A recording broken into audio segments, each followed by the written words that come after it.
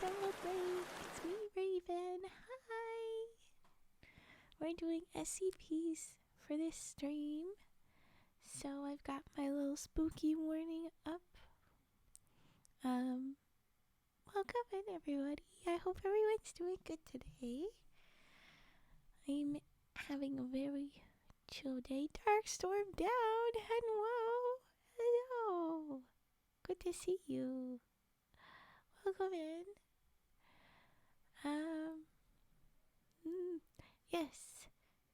So, we're just gonna have a little spooky cozy day. I'm excited. What was I was doing a thing. Classic Raven distraction. Anyway, well, you know the drill. Drop in your redeems in between stories and I'll get to them, or drop in your redeems whenever and I'll get to them in between stories. Good idea.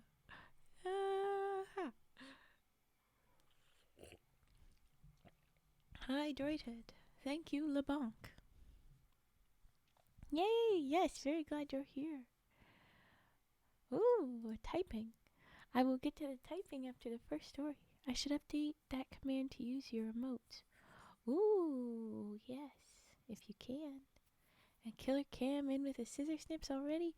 Wow, you guys. Okay, well then I guess we should drop into our first story right away.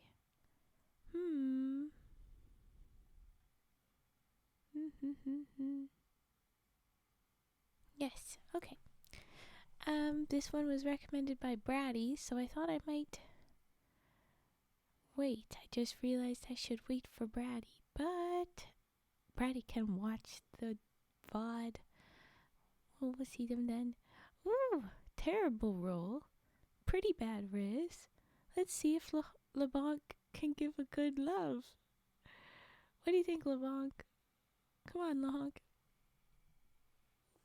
Do you have a good love? One of your numbers gotta be good. Hey, that was pretty good. That is better than it could have been. Alright. Cage 5. Oh no. Wow.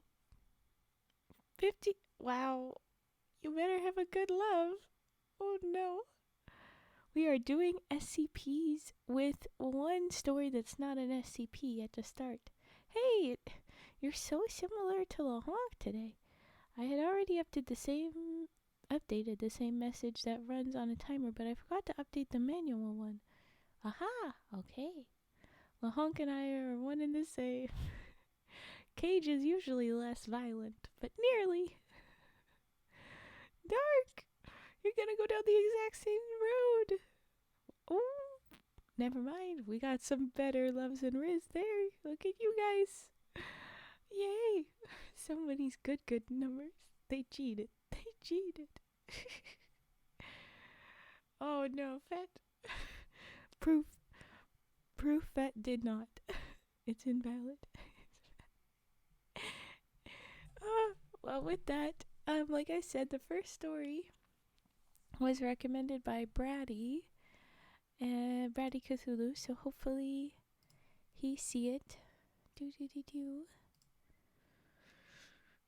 Oh, 93. Nice.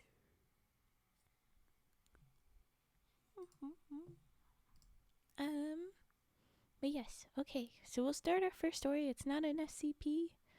It's just a little trip into Aztec mythology or Aztec folklore. Alright. The no, I had it. Ahuizotl. I think Ahuizotl. You don't pronounce the L very much. Ahuizotl. Okay.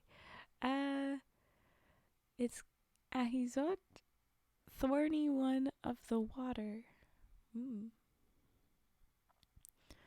The Florentine Codex, a manuscript both written and compiled by Nahuas during the 16th century, still provides us with a vast amount of first-hand information concerning the ancient customs of the Aztecs before the conquest of Mexico.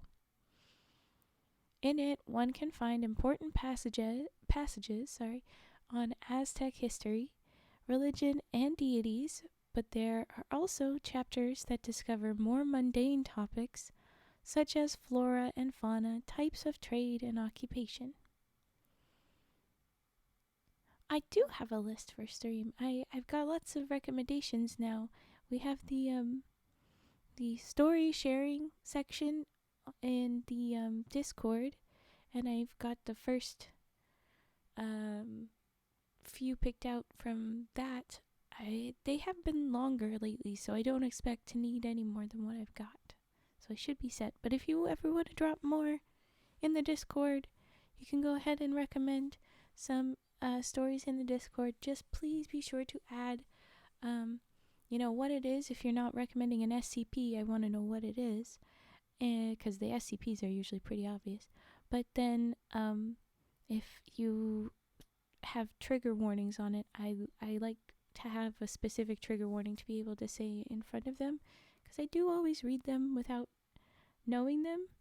It is good to give some warning to people that don't want to get into too much of the feels. But yeah, okay. Anyway, one of the many interesting themes is that of the Ahuizotl, an aquatic animal that lived in the lakes and rivers around Tenochtitlan. Anyway, we've got some fun photos here that looks like a variety of animals, including like rats, and this guy kind of looks like a possum, maybe an opossum, all on ground/water, because it looks kind of like water, but also there's a man walking on it. Fun photos. It's all looking like old arts, and then some artifact photos too. There's a nice little stone carving, stone Ahuizotl. Oh, they look like the opossum I saw is the Ahuizotl, I think. It's just the way that it's drawn. I'm like, that looks a little bit like maybe it's a lemur, but also like it's not. I can't tell. It's also very small in this version of things. Thank you for the follow, Delta the Husky. Welcome. Thank you. Or Big Rat. But I don't know. It's something about the ears. I don't know. Okay. All right. Yes. The doom of many a fisherman, this creature was thought to murder those who ventured too far into the water's depths. Ooh. The namesake of the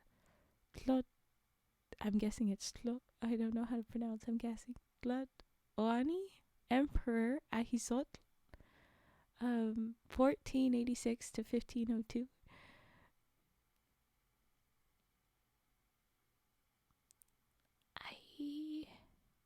So it was like there was a specific emperor man named Ahuizotl that this was named after. This animal has been the center of much speculation. Was the Ahuizotl real or mythical, or does it have relatives that still survive today? Because again, it do look kind of like an opossum. Yeah, he's got the little ears. That's why I thought not rat. But anyway, I don't know. I cannot tell. Now we have a man drowning in the Florentine Codex, book 11. Spot the Ahuizotl. Click the photo to enlarge. Oh, I can go big. That one looks too much like an opossum. He's all cowering even. The man's drowning and the little guy's like on the water. Like, oops, I'm sorry. Oh, I like it. I like it a lot. Okay. It has short fur, small, pointy ears, a smooth body, and black tail, at the end of which sprouts a hand. Oh, much like a person's. Maybe because it's like one of those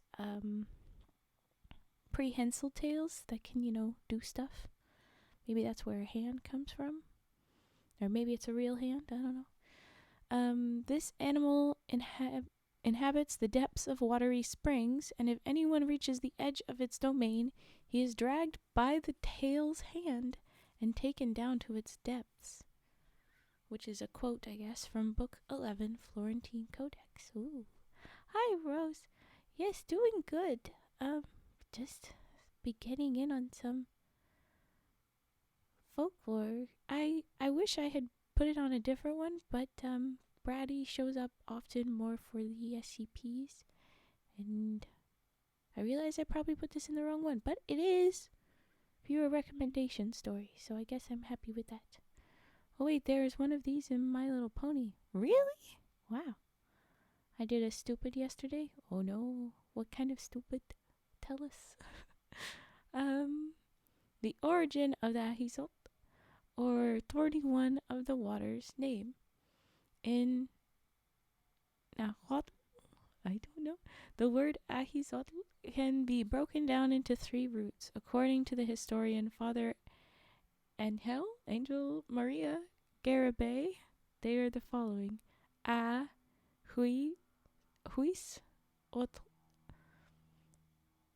Adl, water. The Ahuizotl is a water dweller. Ahuizotl. Huitzli, I can't tell. Thorn. This animal's wet hair became spiky when it climbed out of the water and shook itself. Yotl, to be like. So it's a water-like thorn is the kind of thing. I don't know. You locked the keys in the car. Someone did that recently. Friend did that recently, and it was a whole problem because it was at like 3 a.m. Ugh, it was no fun. Oh, very fair. It's a big cry. It's a minor stupid. It's a oop. But it does feel very big because it takes forever. I hope you didn't have to pay for keys or something. I hope you had spares and sorted it out yourself. Hello, D-Bod. Doing good, doing good. Yeah, we got it though. Good. Okay.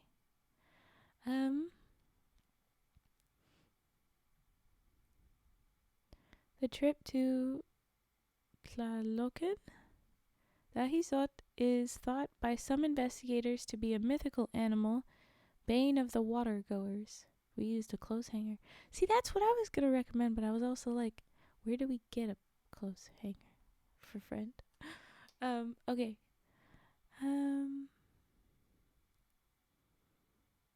It would lie in wait of a victim who, once in its sights, would be pulled into the water by the end of the Ahuizotl's tail.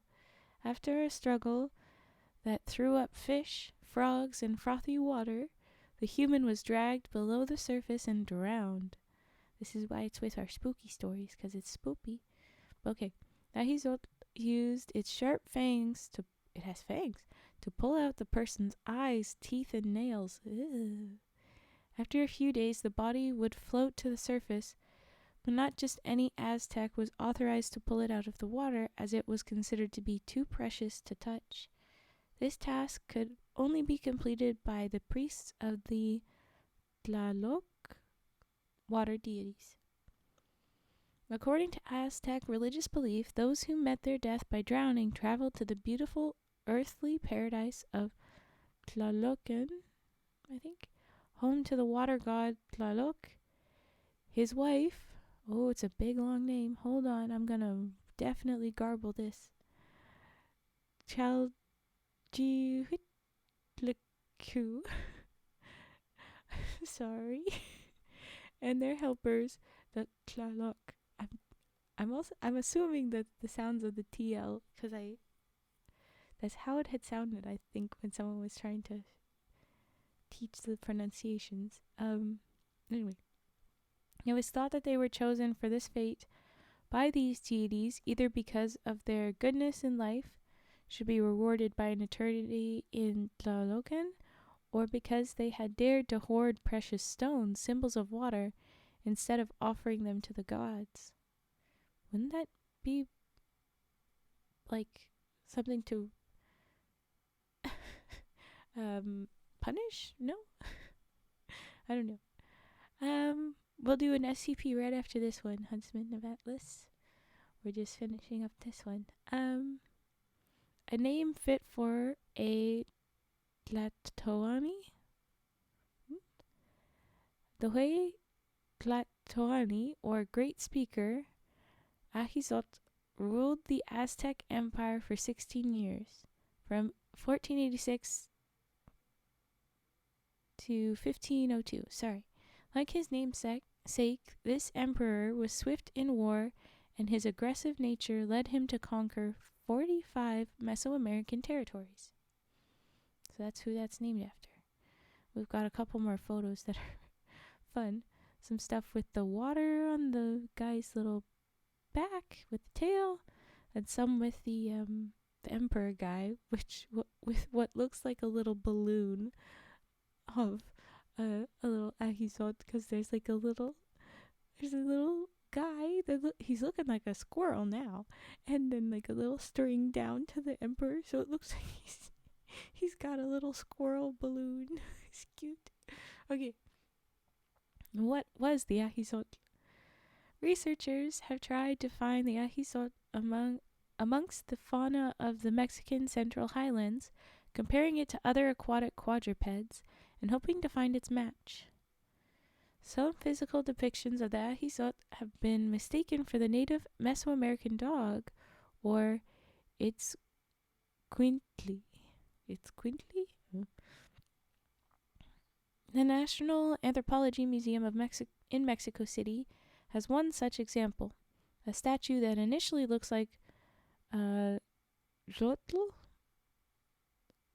the canine companion of Quetzalcoatl. I'm ruining all of these because I know some of this is some of the kind of sound, but I don't know how many of them are. Anyway, with whom he traveled through the underworld is actually an Ahuizotl. Betancourt, 1999-58. That's a little citation, I guess. Somebody said that. It's actually an Ahuizotl. Ha ha ha. It appears sitting on its hind legs over its trademark coiled tail. Seeing the photo at the end of this little section, it does look very much like a dog. It does not look like our squirrel or opossum stuffs from before. Okay. Known for its dexterity as a swimmer, the beaver has also been likened to the Ahuizotl.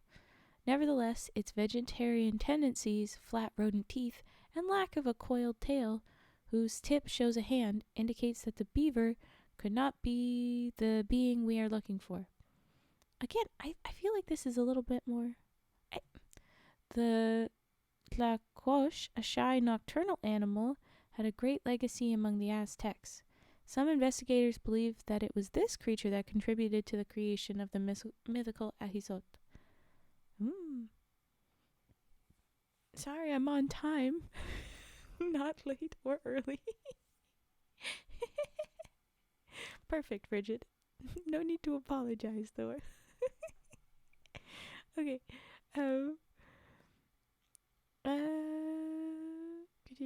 Astute and intelligent, the tlacuache hairless tail was thought to be flexible and skillful. Ooh. If that previous name was Quetzalcoatl, and the pronunciation was more or less pronounced Quetzalcoatl. Thank you, Quetzalcoatl. Okay, I will pronounce the O and then A. Yes, thank you, Cage. Okay, the hairless tail was thought to be flexible, skillful. Normally a land dweller, Alfredo Lopez Austin has identified an aquatic tlacuache that can be found in the southern state of Chiapas. This hesitant animal, however, does not share the traits of an aggressive attacker. The otter, on the other hand, has shown itself keen to assail humans. True. Especially when its nest is in danger. With short, sharp teeth and an oily sheen to its fur, this animal has much in common with the Ahuizotl. What? Ha! Ahuizotl. It is carnivorous and, if hungry, would scavenge meat from a drowned body. True. Whose softest parts are the eyes, gums, and fingertips. Oh, yes. Alas, the otter's round ears are not to be confused with those of the Ahuizotl, and the Florentine Codex identifies it as an escuintli, or water dog. Okay, so the otter is close, but not quite right. I'm standing by my weird opossum answer. Having unsuccessfully tried to classify the Ahuizotl as a living animal present in Mexico's ecosystem, it has become evident that this treacherous animal could have been a mythical guardian of the waters, a warrior sent by Tlaloc to claim the lives of Aztecs. And then it has all its sources for everything. But that is the end of our Ahuizotl story. So thank you, Brady, for that little spooky. I want to know if it's a real animal, and I stand by my opossum guess. Because the first few photos, the ones in their special book, really look like it, and then the last two look like a squirrel, and then the last statue that's very dog. So, yeah, no, I think possum. Okay, now we'll do our redeems, and then we're gonna be jumping into the SCPs. I promise. Big yawns. I'm sorry. All right. The first one was typing. That's not how you spell that. Oops, Raven, what are you doing? Okay, here we go. And I'm gonna move everything around for the typey type. Why are you uncomfy, Frigid? Why are you uncomfy? Oh no.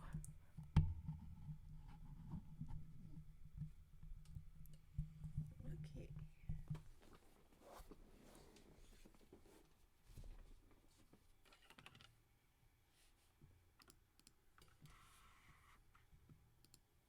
Oh, then get a better cushion. Okay.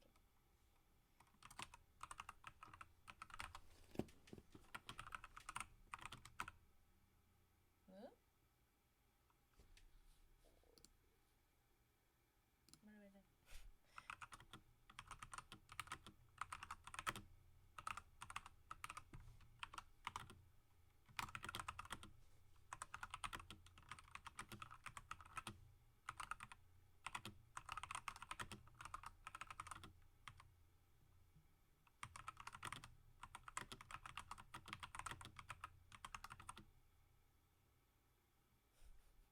Why does my model look like that? She looks so bad.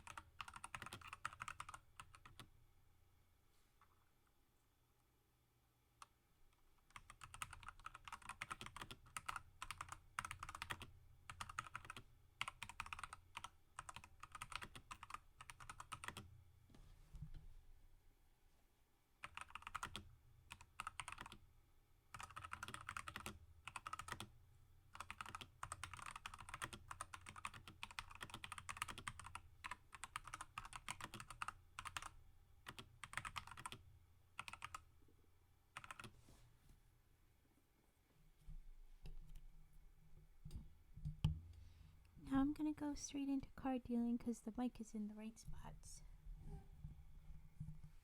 There we go. Come here. Let's change that.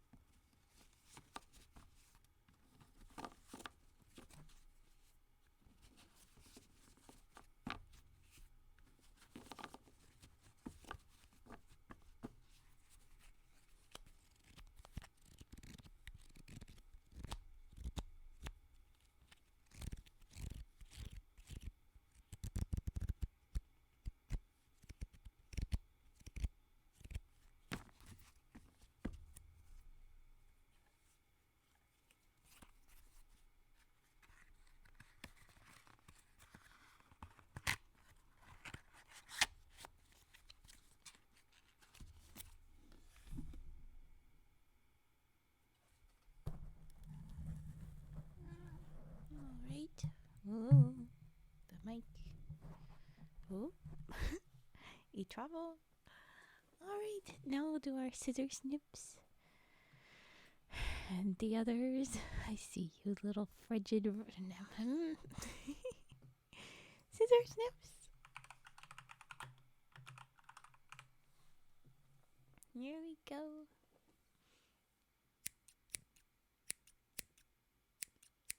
Oh, and yeah, hi Dum Dum, welcome, welcome.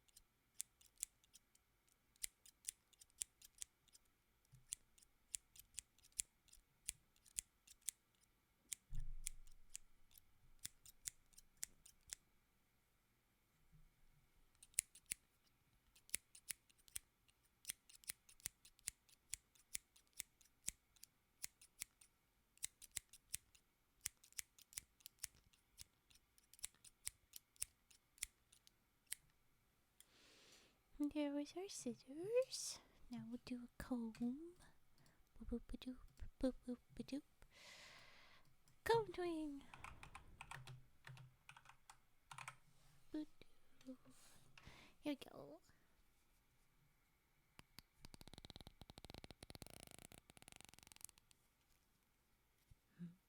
That got me a little.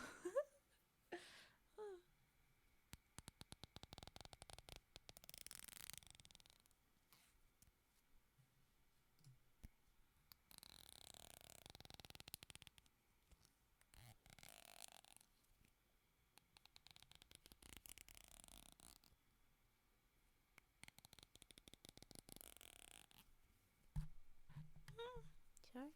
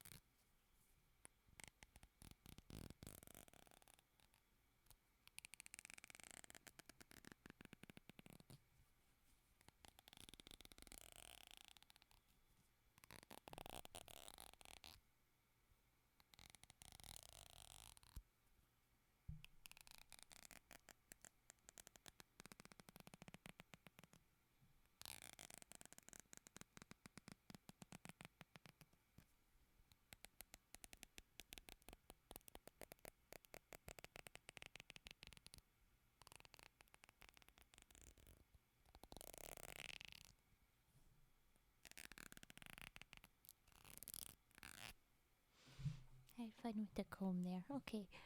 And now, big yawn before big sound. Oh, here we go. Rage puffing. Yay. Right. No guarantees for how this one's gonna go.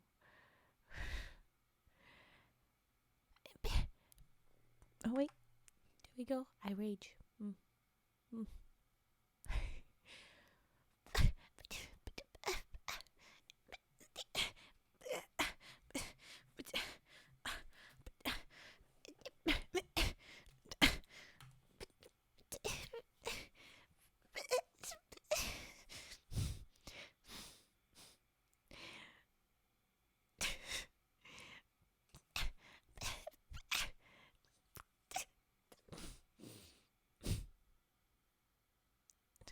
Boo, you want a refund? How is this not right?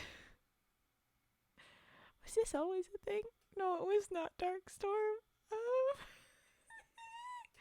Did we tell you what this was? Oh no. Refund. Scam. Stop encouraging violence against me. Against other people, Lahonk, not me.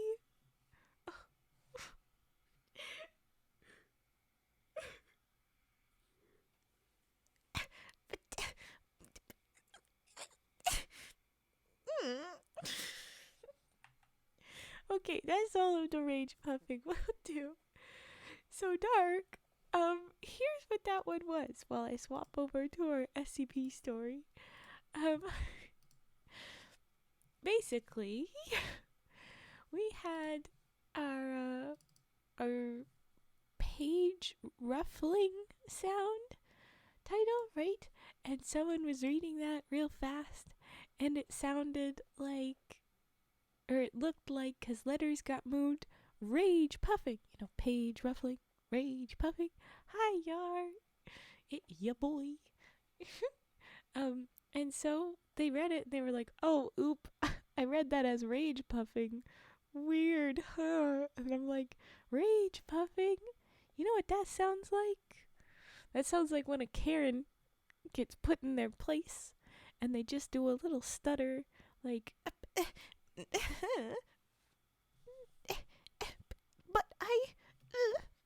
shut up, Karen. And so then we go off. Oh no. No. But I'll have to use that. I'm excited. Sounds like a kid pouting when you do it. Sometimes I do it more like a kid pouting. I have a kid pout energy today. I don't have it. It's different every time. That's why I said I could not confirm. I could not. And then you're like, refund. I heard Karen and got summoned. Who are we beating up? No, Yar, or Ion Bear, sorry. Because Yar had the same color text.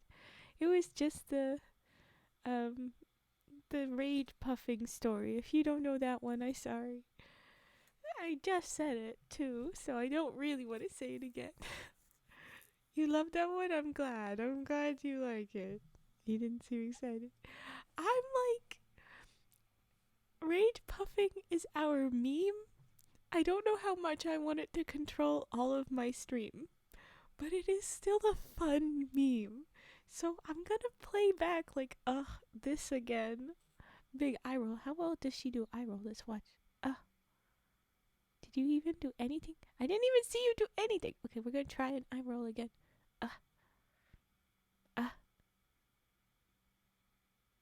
I don't think she's eye rolling. I can't tell. Anyway, your embarrassing thing will never escape Twitch. Hey, you don't have to use it. Oh, I'll use it. But there you go. It was funny. I'm glad you like it. 2 hour rage puffing. I would die. I can't maintain it. I either run out of energy and just get mopey. Like, you think that one sounded like a little kid? It sounded so much more like a little kid last time. And then the other option is I just start laughing and I can't I literally can't maintain it. I just laugh too much, and if you're smiling while you do it, it's much. No, the honk, no, don't do this to me. Could always put rage puffing on a longer cooldown, once or twice. I put it as 1 per person, per stream. I did that. I made sure of it. Or you get a frog in your throat. Yeah, sometimes the frogs are the problem. Put it 3 per person. No, Lahonk, no. Then it'll just be rage puffing the whole stream with particular little chaos agents like yourself. I was pointing at you. You cannot see. Of course you did, Yar. Of course you did. Would be funny if you raid someone and they show a rage puffing clip. Oh gosh, if they did. Oh, it's okay, Yar. If it was really a problem, I would turn it away. It's all good. That's why I say twice per stream and not just once per person. Yeah, I could change it. For now, I leave it. Hey, if you guys get your booties organized enough that I try and do a stream and all you do is rage puff redeems, only rage puff redeems, no other redeems, then I'll laugh. I'll hate it, but I'll love it. And it'll be chaos and great. As long as you do it when there's lots of other people to see it and laugh at us, it'll be worth it. if it gets views, I'm happy. But okay, let's read SCP, huh? And his name is Yarsina. All right, Fridge. All right. Gotta have a group meeting. Yep, you're gonna have to. Careful what you wish for. I don't wish for it, but I'll allow it. If you really put in that effort, you know what? It's worth it.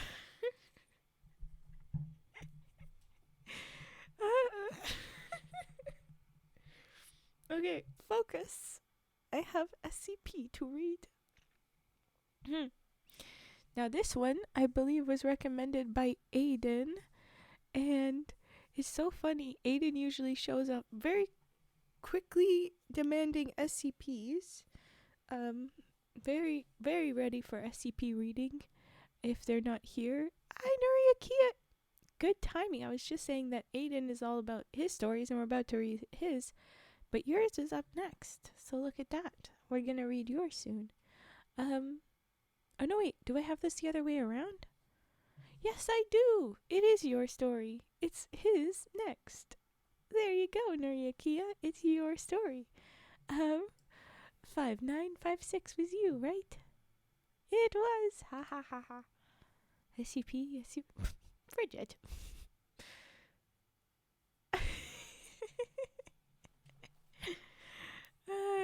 I'm sure. Okay. Well, here we go with SCP-5956. Nuriakea's story. I mixed them up. Ruh-roh. It starts with, welcome, Director Reinders. We are not Director Reinders, but this should be interesting. You are currently viewing a document from TL001A, and then in brackets and quotes, the Prime Timeline. Ooh. Spoopy, I like. Okay. What? Not a what, not a what? Story you wrote? No! It's story nuriakea recommended. It is the SCP-5956. Your story because you recommend it. This is a level 5 top secret. And I like these newer ones with the little logo stuff. So I like them a lot. Okay. We have Risk Class, Caution, Disruption Class, Amida, and we have Containment Class. Oh, wait. No, go back. It moved. Don't move away. The logo, when it moved, SCP had the flag up. SCP is gay. Okay. Containment Class. Antithesis. Disruption Class, Amida, Risk Class, Caution. Fun. Special Containment Procedures. As SCP-5956 is a retrocausal, and then we have a little footnote, retrocausality, noun, a concept of cause and effect in which an effect precedes its cause in time, and so a later event affects an earlier one.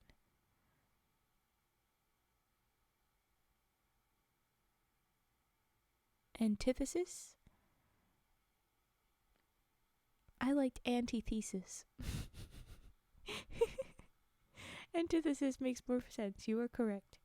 But I don't know why my brain read it as, because it's in all caps. When it's like that, somewhere in my brain, it read anti, because so much of it is, we have the anti-memetics, instead of, anyway, antithesis.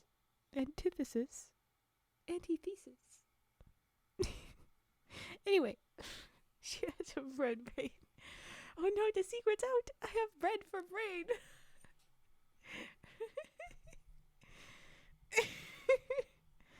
I love the retrocausally engineered everything's moving. Me when my Brian.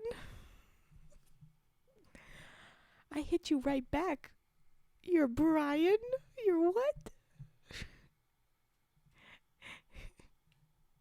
Sorry. I love the retro-casually engineered intertemporal synchronization of noetic ordinality canon. Mm. I don't know it. But here we go. Sorry. I will try to use my bread brain. Try to focus.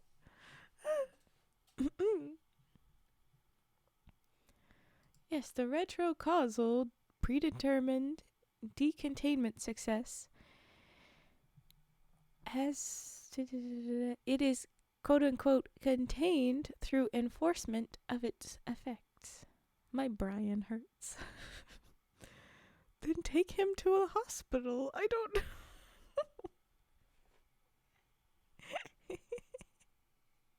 Okay, I'm sorry. I stopped bugging you. Alright, okay. SCP-5956 may only be operated by trained and certified personnel, even in emergent situations. And I hurt him. Imperfect luck, don't do that. Stop. This is very aggressive entry. Oh my gosh. Focus, Raven. We have a story. Okay. Whew. May only be operated and trained by certified personnel, even in emergent situations. The conceptual breakdown of its use appended in the description below does not provide sufficient detail for its safe operation. What did Stewie do? Oh, you little shits. Raven would definitely love reading Billith's SCPs. Too much layers and complexity. Who says I wouldn't like it? I don't know what it is, though. Okay. I focus. Please. My own bread. Cooperate. Okay. Any events which are known to owe their occurrence to future use of SCP-5956 are to be recorded with extreme accuracy and immediately following the completion of necessary self-informed action reported to the Temporal Anomalies Department. In the event that the Temporal Anomalies Department has ceased to exist or has never existed in the current timeline, its prime timeline counterpart is to be contacted and informed that the current timeline is condemned. Following the fulfillment of all casual loops, and then has a footnote, it's a dictionary entry again, casual loop, noun, a sequence of events which causes itself via retrocausality or time travel. Following the fulfillment of all casual loops requiring the use of SCP-5956, it is to be stored at an undisclosed location known exclusively to the Prime Timeline's Director of Temporal Anomalies, presently Director Ilse Renders. The letters keep moving on this person's name every time I do it. Casual. You're right, that keeps moving. It's causal. The letters keep moving on me. I'm sorry. I read it fast and it's getting lost. I'm sorry. You're very right. I'm trying to fix. Okay. It is causal. I am the bad. I'm operating with bread today. I have no brain. I have bread. We are bound to have problem. The timeline shifts and the words are written differently. Yeah, exactly.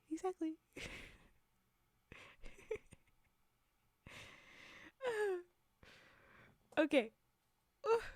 I'll reread that. I promise. Following the fulfillment of all causal loops. Causal loop, a sequence of events which causes itself via retrocausality or time travel. Hey, Imperfect Luck, thank you for that. Thank you very much for that. Let's drop some bunny frogs for Imperfect Luck. Thank you. Hey, a subscription. I appreciate. Meant to do that yesterday, but fell asleep. That's even more of a compliment. Thank you. Ooh, I feel so fancy. What's obsidian scuffs? Does that mean when I scuff up? It's fair. Okay. Focus. I focus. I was rereading the thing to say the right stuff. Is to be stored at undisclosed location. Oh no, that's pretty much the same. Yes. What feral? I love it. I will have to go see why it's a whole ass thing. Is there a collection of me being bad? I'm ready to find. Okay. Classification Committee Memorandum. After extensive discussion with Dr. Reinders, and Director Reinders, the Classification Committee has classified SCP-5956 as antithesis, denoting an anomaly that must be used to prevent the containment of other anomalies and itself.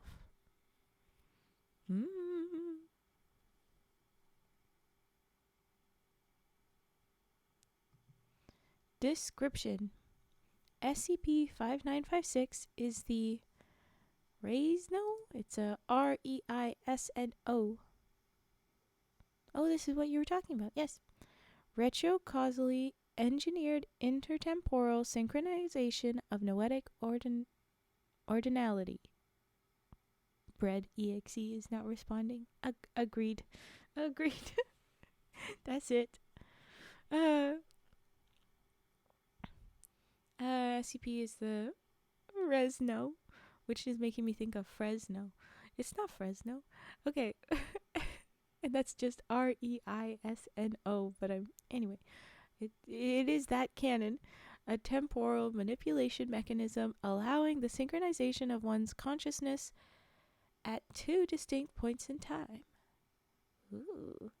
When activated, the Resno canon links the user's present consciousness with their consciousness at a chosen point in the past. In effect, one's canonical, in quote, knowledge and experience can be augmented via intertemporal communication and cooperation with other versions of oneself. And then there's a picture of our Resno cannon. Fun. We usually don't get an official title along with the SCP numbers, anyway, but it's cool. I guess because it's an item, it's allowed to do that. I don't know. SCP-5956 is not known to generate new timelines. Attempts to alter past events using the Resno canon are virtually certain to cause temporal paradoxes, resulting in catastrophic timeline collapses. Instead, it is used solely to initiate causal loops. By definition, a causal loop, this is a footnote, sorry. By definition, a causal loop cannot be initiated, as the activation of the Resno canon is spurred by the events which it allows to occur. It is used solely to initiate causal loops, which have already partially occurred. A known side effect of the use of the Resno canon, or Resno, I guess I should say. Resno is how I do it. Canon is the inability of one's past self to recall interactions with one's future self, which is for the best, really. Once the link created by SCP-5956 is severed, one's past self is subject to an antimemetic phenomenon, causing them to forget, in quotes here, crossing their own timeline. This is not by design. Rather, the effect is believed to be a fundamental principle of intertemporal self-interaction. Precisely. This principle naturally decreases the likelihood of potential paradoxes, thank God, as one's past self does not retain knowledge which might cause them to act unwisely in the absence of their future self's immediate supervision. Let you be your own parent for a minute. Sorry. Okay. The following conceptual breakdown describes the only safe method of utilizing the Resno cannon. Resno cannon protocol, simplified. Given one's past self, P, and future self, F, red P, blue F, colon, we have a few brain points. We have a few points. First, red P, past self, becomes synced with blue F, future self, and is provided a set of instructions. Second note, brain. My gosh. Ugh. P fulfills those instructions, taking care to transcribe them precisely. P is desynced from F and gradually forgets their interactions. P becomes F via the natural progression of time. Then the Temporal Anomalies Department notifies F that they must contact P as per the original interaction. Then F activates the Resno cannon to sync with P, providing them with the transcribed instructions. Then F ensures that P transcribes and fulfills the instructions, and finally F deactivates the Resno cannon, retaining their memory of this interaction. Discovery/origin ? Because, did it begin there, or was it always there, and what caused it? Anyway, the beginning. In 2020, guess what you're eating? Bread. Is it bread? Okay. On 2020, 11/23, so the 23rd of November in 2020, Dr. Daniil Sokolsky of Site 43 commissioned Dr. placeholder McDoctorate of Site 87 to construct the Resno cannon for use in a high-clearance covert operation. Despite not being notified beforehand, Dr. McDoctorate was found to have already been constructing the anomaly. When questioned, he claimed to presently be synchronized with his future self, who had been instructing him to build the cannon for several weeks. Upon completion, the Resno cannon was relocated to Site 120 due to anomalous energy requirements, after which Dr. McDoctorate desynced from his future self, returned to Site 87, and subsequently forgot the entire interaction. As such, it is known that Dr. McDoctorate must be instructed by the Temporal Anomalies Department to activate SCP-5956 on, looks like January 1st, 2034. Thus fulfilling the retro-causality of the events which have already occurred. Cold cut meat. I guess wrong. Rice. No, I wouldn't eat your brain. Ah, darn. Giggles at cold cut, and then, yup, white rice. I want white rice. Oh, hey, it's time after time password mention.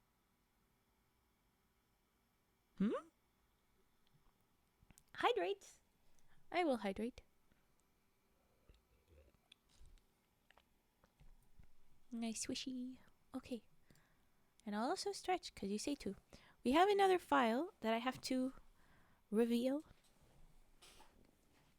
I will reach Papa the end, Lahawk.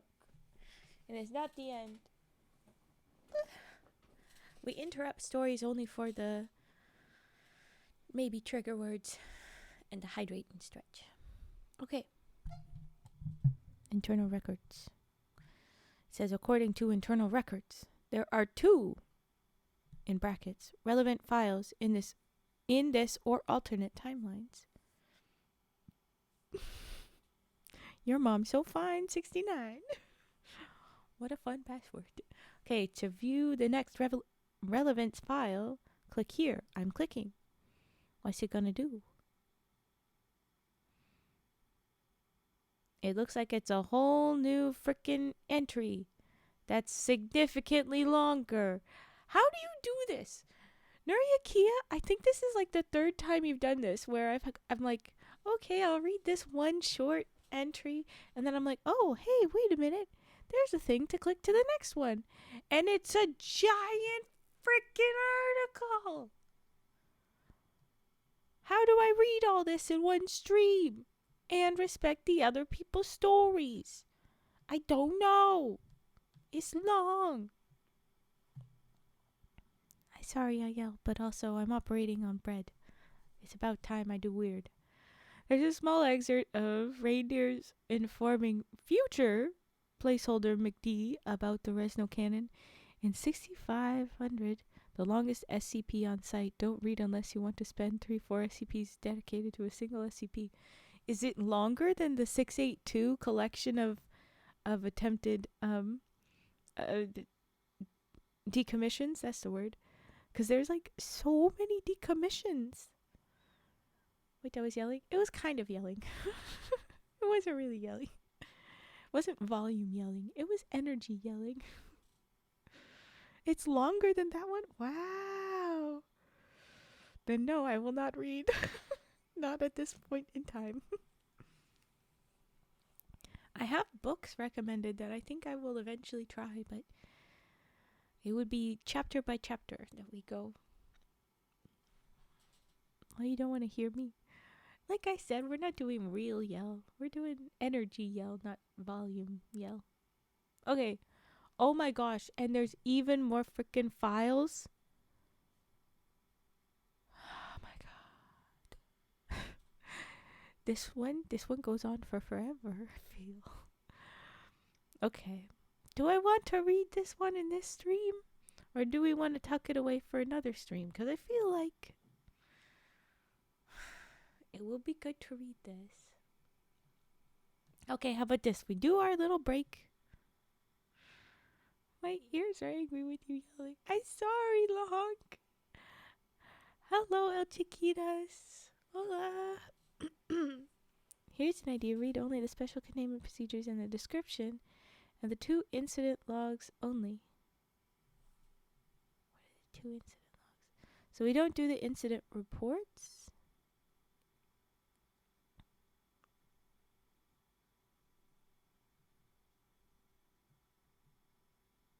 No.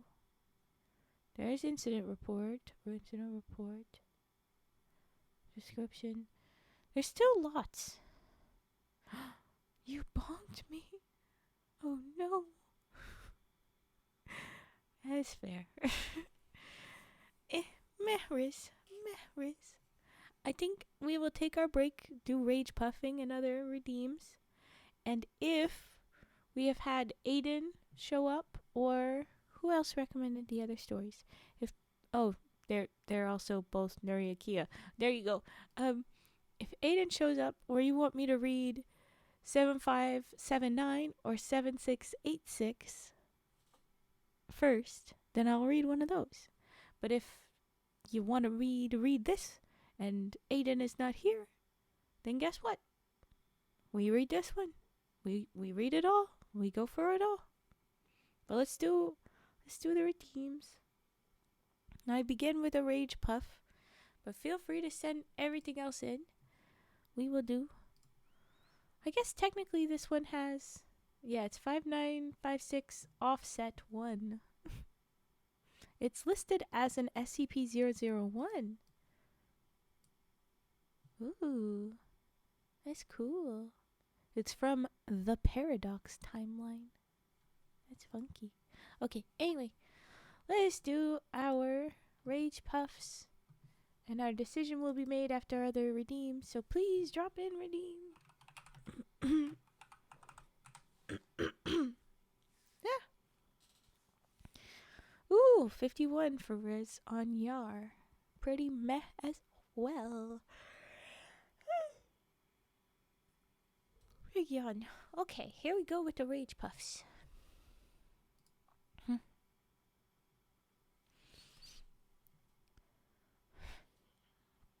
Oh, thank you for the posture check. That sounds so good. Okay? No. I guess I can read that right now. Somebody touch my spaghetti.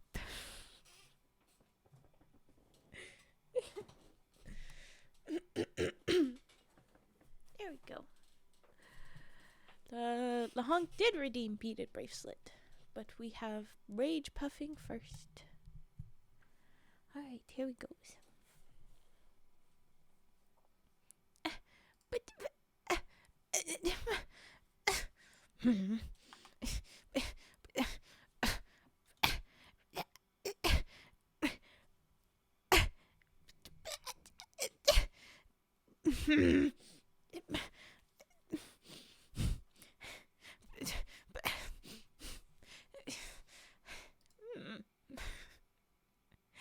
We got angry, but then we got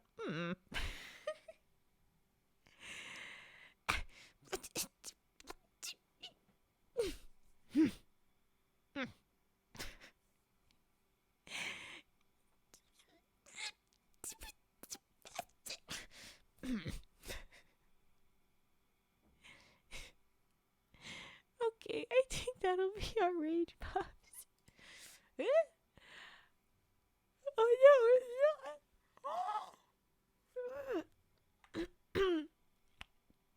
I yawn with my frog in my throat. Okay, beaded bracelet. Bracelet? Bracelet. Beaded bracelet. Beaded bracelet now. And I'll just adjust a couple of settings.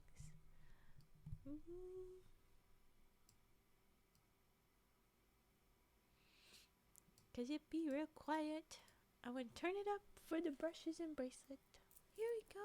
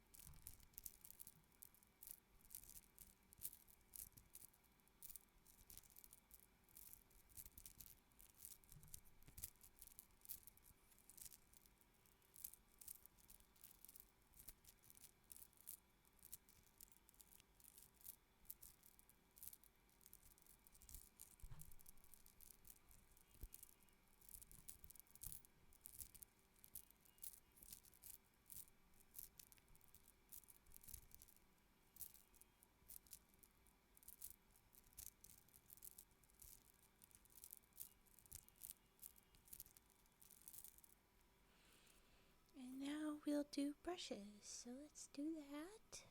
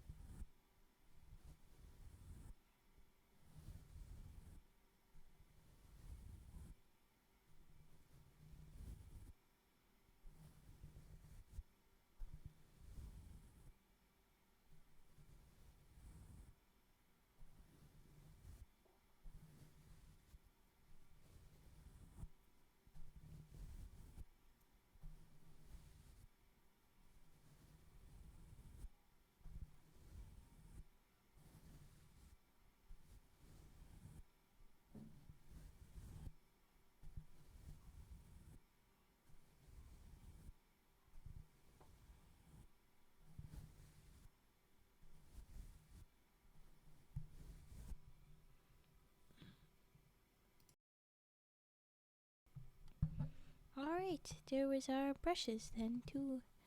An extra long little bit for brushes.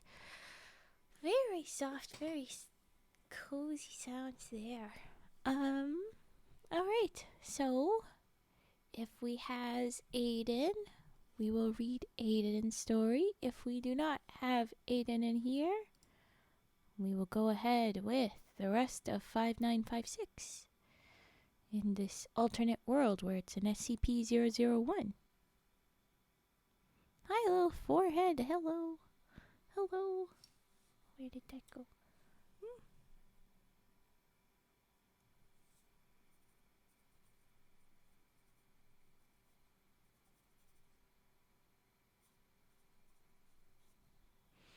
Alright, we'll do 5956. Extended.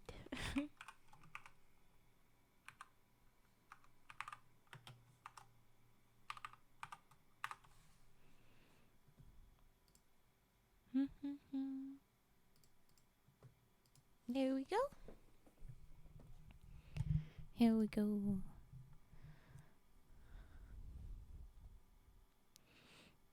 Welcome, Director Reinders. You are currently viewing a document from TL5956X, the Paradox Timeline. It says it's SCP-001, Level 5, Top Secret. Containment Class, Esoteric, Secondary Class, Apollyon. Disruption Class, Amida. Risk Class, Critical. We've got all this dark background, bright red text and images. It's all spoopy. Here we go. The first photo is very confusing. It looks like it's a bunch of layers of different mechanical things in different exposures. It's very funky. It says Achromatic Abatement Facility, AAF-D, 2024-09-08. So I think it's September 8th based on how the other dates were. Special Containment Procedures.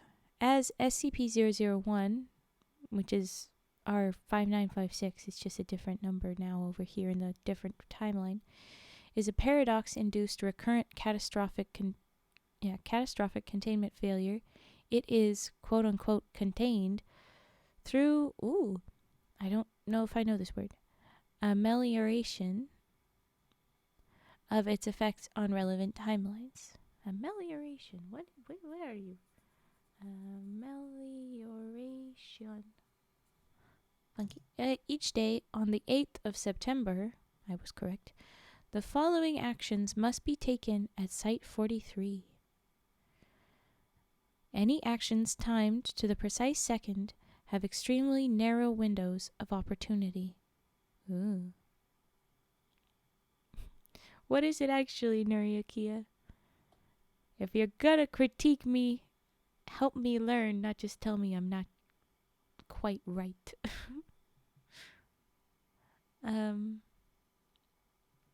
This one says local time and then actions required in this graph. So like it says, if there's any of them that are time to precise second, they are extremely narrow. And it looks like most of them are timed to precise second. So that's stressful. They start with, the first one is not applicable, so any time of the day, I guess. The action is Dr. A. Zlata must provide precise time signals to PTF Omega 001 via radio for each of the below listed events. Oh, okay. Well, then it's all. Oh, okay. Well, thank you. All right. The first one that Dr. A. Zlata, I guess, is giving out the signals is at 17:17:52. So 5 p.m., 17 minutes in, 52 seconds in, Dr. D. Deering must be informed of his containment duties. One keeper of SCP-001-B must be present. What's 001-B? Okay. At 5:18, 22 seconds in, 17, 18, 22, Dr. Deering must activate the Resno cannon and contact his prime timeline counterpart at precisely this moment in 2002. He must speak the following words: "There is no cannon." And that's him every day? That's going to be a bajillion voices in that poor guy's head in the prime timeline. Anyways, he says there is no cannon. He must request possession of SCP-001-B, then administer an immediately lethal cognitohazard to himself. Wait, what? Oh, it's just every year. But then still, he kills himself every year? That's what you're saying. An immediately lethal cognitohazard. So how does that guy do it every year? What the fuck? Okay. Anyway, at 18:21, no seconds required. So hey, you get a little bit of a breath. Correct 100%. That doesn't answer my question, nuriakea. I'm only more stressed out. That was loud. I'm sorry. What does that mean? Okay. Deering kills himself in his prime timeline self every 8th of September. And his prime line self? How does that work? This is so... The physics... No, what? How? He gets revived every 8th? Oh, you spoiling something later on? Is that what happened? Okay, then I'll shut up. We'll find out later. At 18:21, no second specific. I was gonna say that, or I maybe already said that's like, it's chill. He doesn't have to be so precise.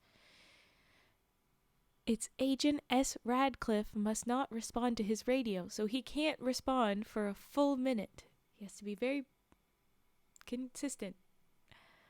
18:22:00 at 5:22 on or 6:22 on the dot here. Dr. B. Del Olmo must radio Director L. Lillehammer and speak the following words: "Something's wrong." And 29 seconds after that, 18:22:29, Chief A. Mukami must activate the bulkhead seal on Facility AAF-D with all personnel still inside. The fact that they say it that way sounds concerning, but okay.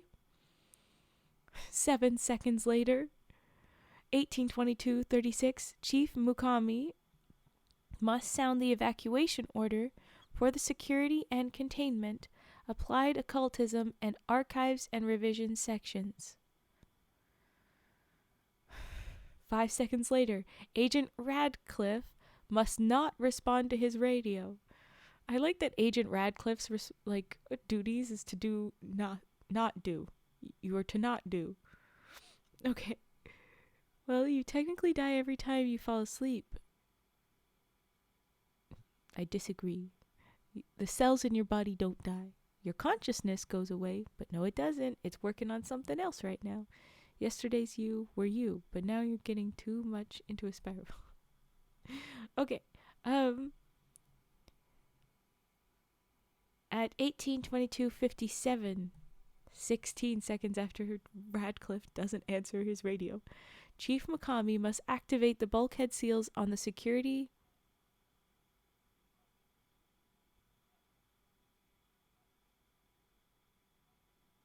I was about to be like, what? It's a different group that he's doing this. I'm like, didn't I already read it? It's nearly the same groups, slightly different.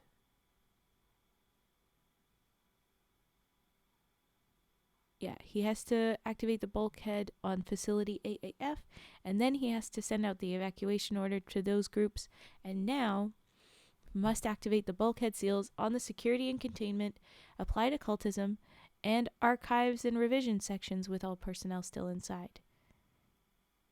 I thought he gave the orders, though.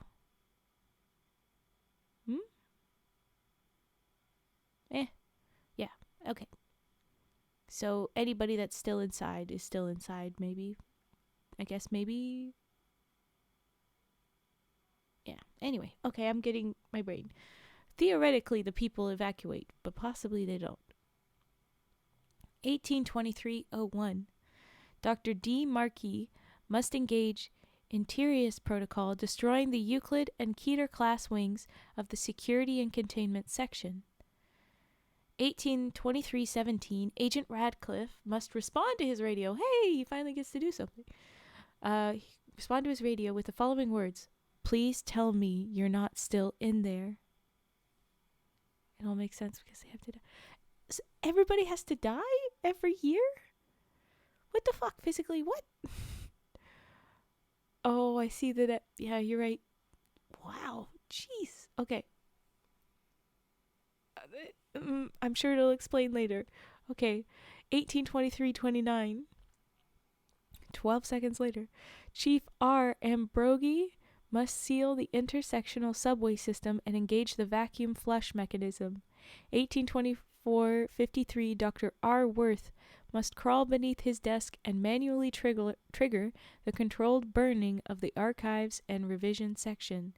1825-11. Agent Radcliffe must respond to his radio with the following words.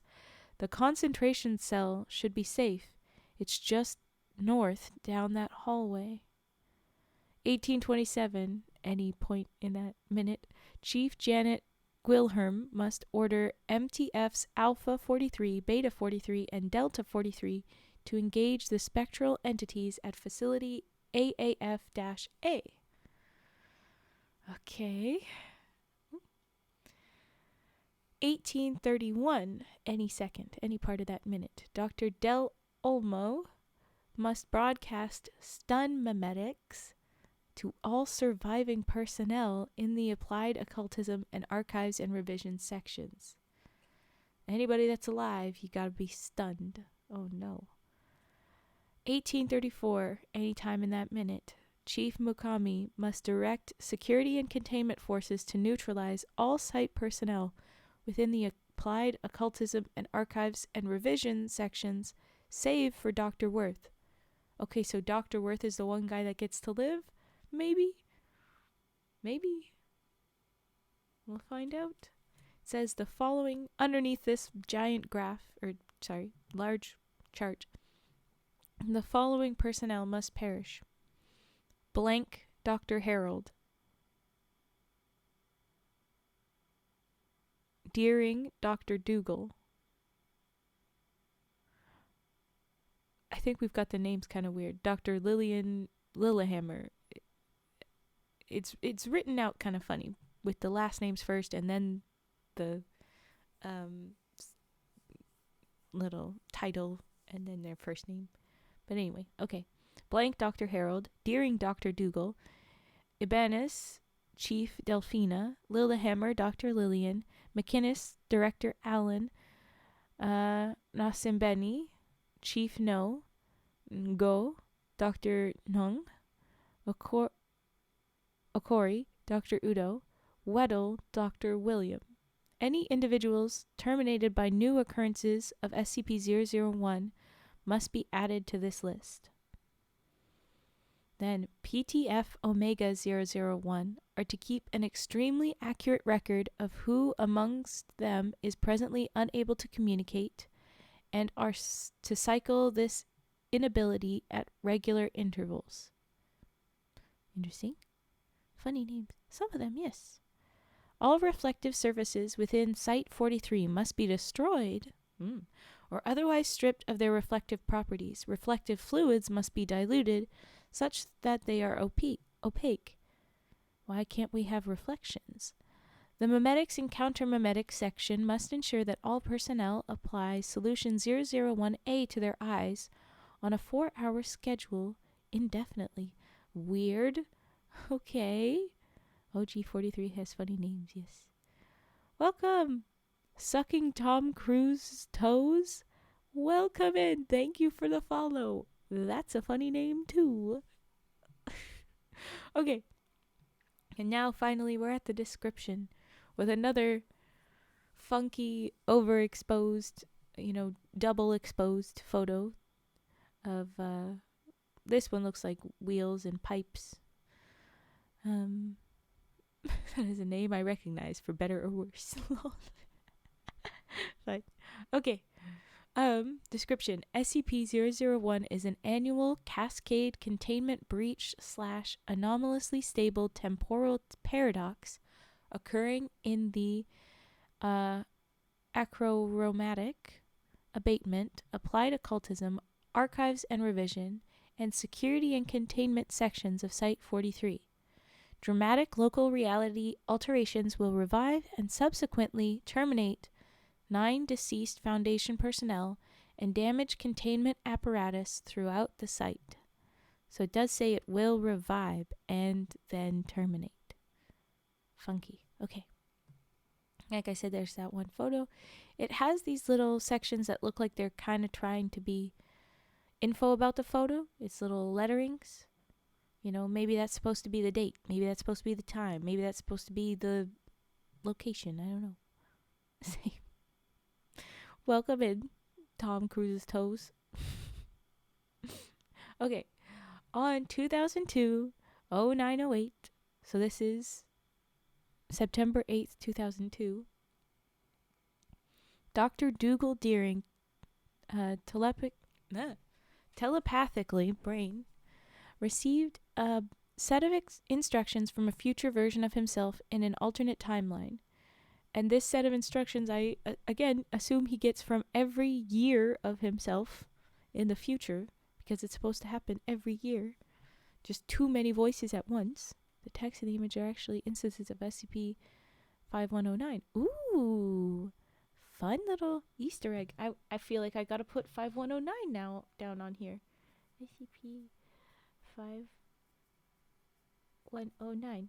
It's not as an official recommendation, but as a spin-offs, because so many of these, they have like a referred to this SCP in this one when there's links to go and check them out. I'll put that one as one of those. Okay. He got all those different instructions. He was directed to, first, transcribe and record the entire conversation verbatim. Second, manually shut all esoteric effluence valves voiding into achromatic abatement facility AAF-D. Third, notify janitorial and maintenance personnel of a critical buildup of esoteric substances which, left untreated, would result in a catastrophic containment failure. And finally, ensure that AAF-D be fully decommissioned. He was further instructed to take the following actions 20 years hence. First, retrieve from Site 120 a device constructed by a Dr. P.H. McDoctorate known as the Resno Cannon. Second, utilize the Resno Cannon to contact the present 2002 version of himself. Third, repeat the instructions he had been given precisely, thereby ensuring a stable time loop in which the aforementioned catastrophic containment failure would never occur. Oh. So, in 20 years, 2022, he starts to do this. He'll get the cannon, he'll start doing this, and he'll keep doing it forever so that it doesn't ever fully break down. If I tell you where Paradox Deering got that call, I would be spoiling the 3rd book of the Breach Goes On novels. Ooh. It's so funny in the SCP universe because they all link and loop around each other that it's hard to keep track of everybody. I'd be fine with a spoil, but, I'd be saying it out loud and then it would be spoiled for everybody, so not fair. Okay. After Dr. Deering confirmed that he had understood these instructions, I tried to contain my yawn. Okay. His future self severed the intertemporal link. Though Dr. Deering's recollection of this event soon began to fade, he was able to execute the instructions he had been given by consulting his careful transcriptions. The events of 2002-0908, detailed below, were the result. Here is Incident Report AAFD-I-117. Date 2002-0908, September 8, 2002. Officer of Record, Dr. Ibanez, Chief of Security and Containment. Consulting, Dr. A. McInnes. I said this a little while ago. Dasimbeni, Chief of Janitorial and Maintenance. Dr. D. Deering. Summary. At 17:19 hours, Dr. D. Deering detected an impending recondicity event in the Orphic outflow created by Achromatic Abatement Facility AAF-D. There's a footnote here. Orphic outflow is spectral material. Its recondicity variable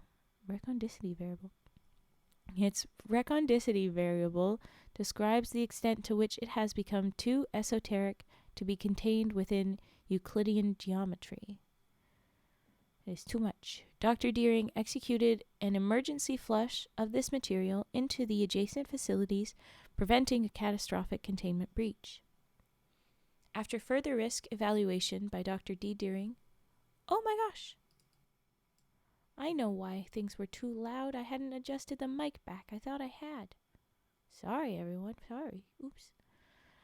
After further risk evaluation by Dr. Deering, Facility AAF-D was officially condemned.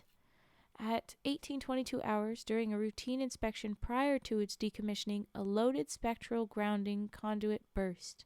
The resultant flare of esoteric energy boiled 14 janitorial and maintenance section personnel alive. Ugh. Addendum. Subsequent to this event, the 7 Site 43 senior staff members supervising the decommissioning met in honor of the lost technicians within the shell of AAF-D.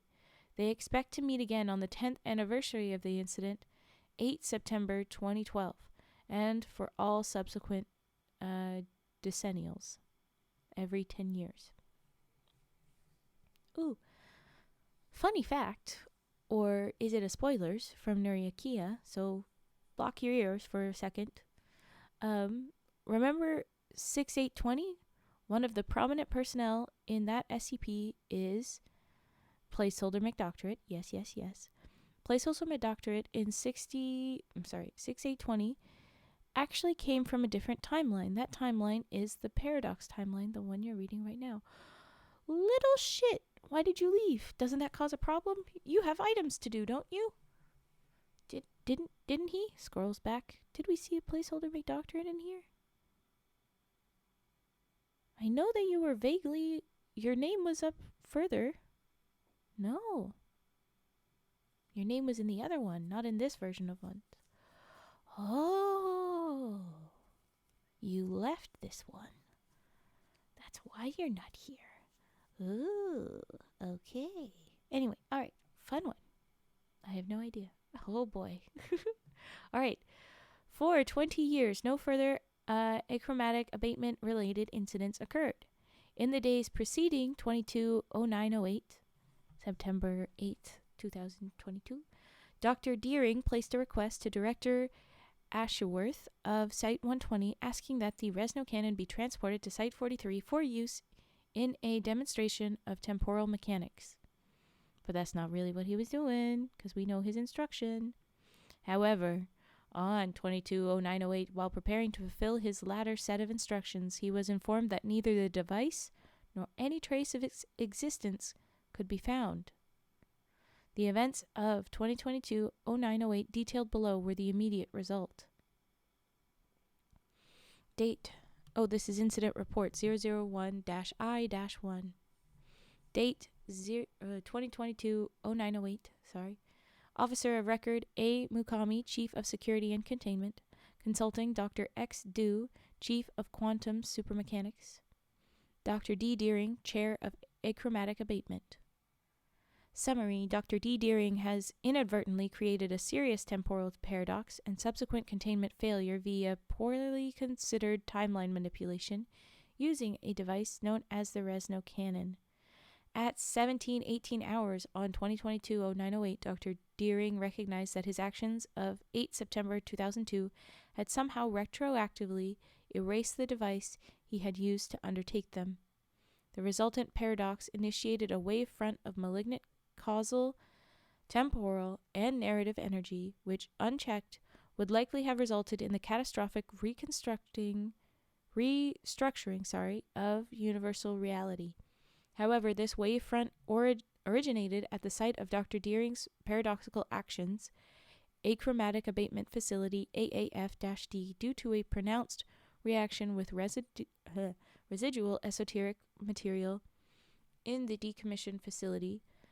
A much more concentrated effect instead occurred.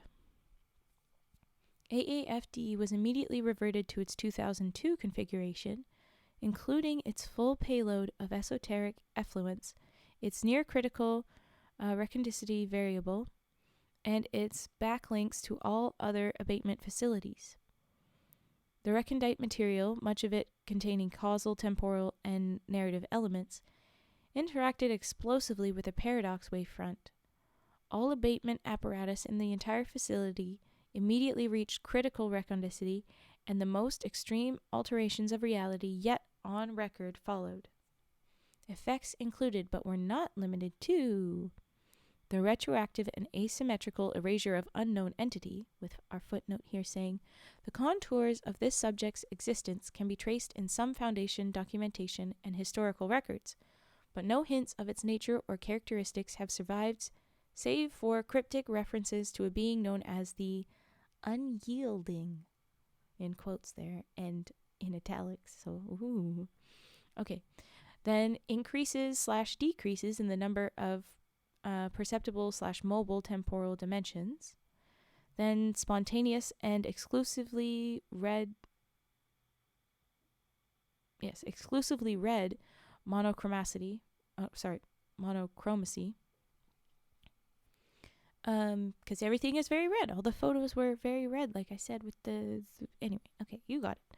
Dermal procession, apparition of extratemporal entities, chronological inversion, nugenesis in reflective objects. Okay, so that's why we can't have the reflection. We want to get rid of that for no more nugenesis.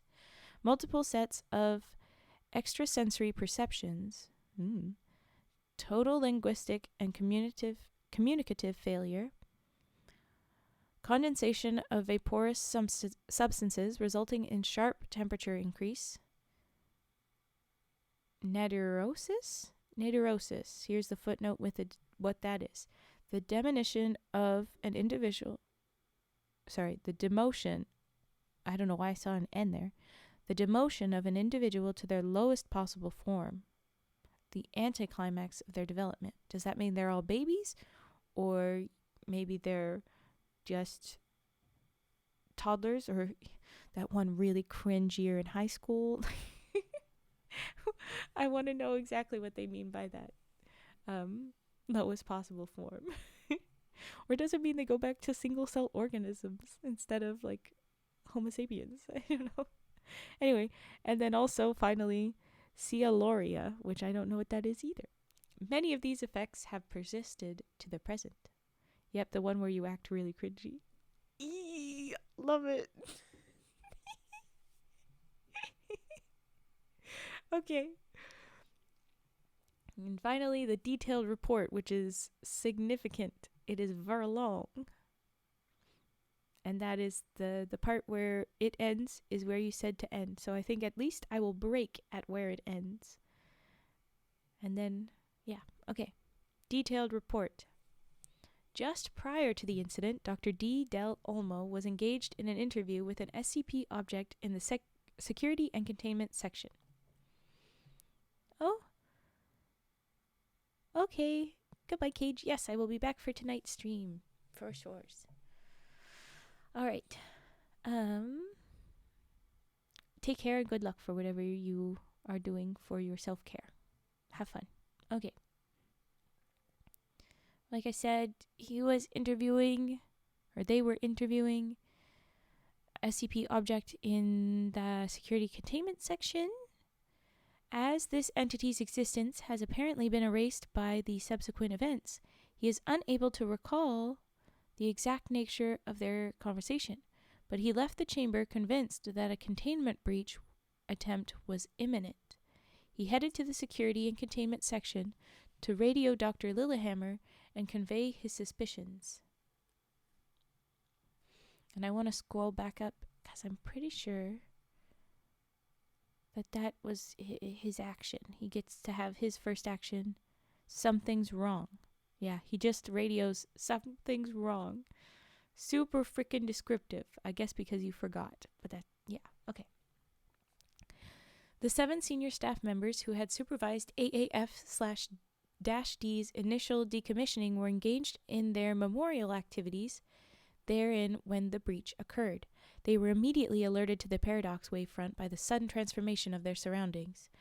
That'd be how everything was doubly there, because it's like it's here and it's then there and it's now here and weirdness.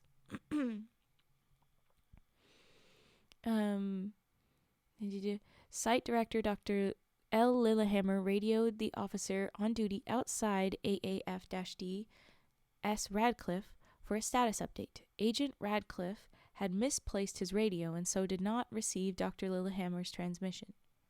Oh, that's why he didn't have his... Don't answer your radio. That's not really a problem. I can't seem to find it. Good job, sir. Okay.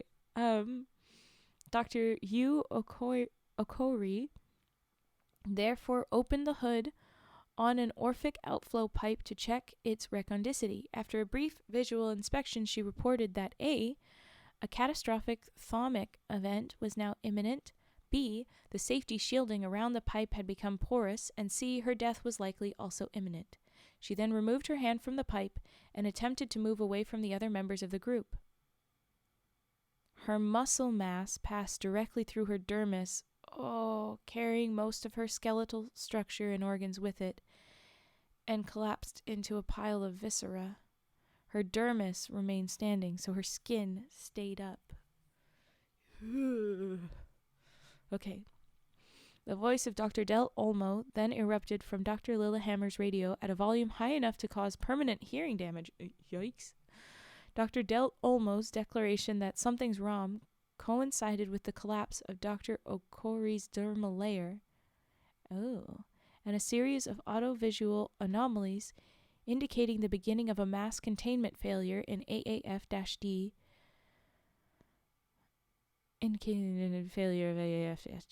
Dr. Weddle, startled by the bursts of sound, stumbled backward and struck a wall. His body cascaded outward along the surface until the wall was textured with his clothing and physical features. Dr. Weddle began to scream only once this effect had completed. He did not cease for the duration of the event. Dr. Lillehammer radioed security and containment and ordered that the AAF-D bulkhead be sealed. Chief A. Mukami carried out this instruction immediately after consultation with Dr. Del Olmo, who had just arrived in her office.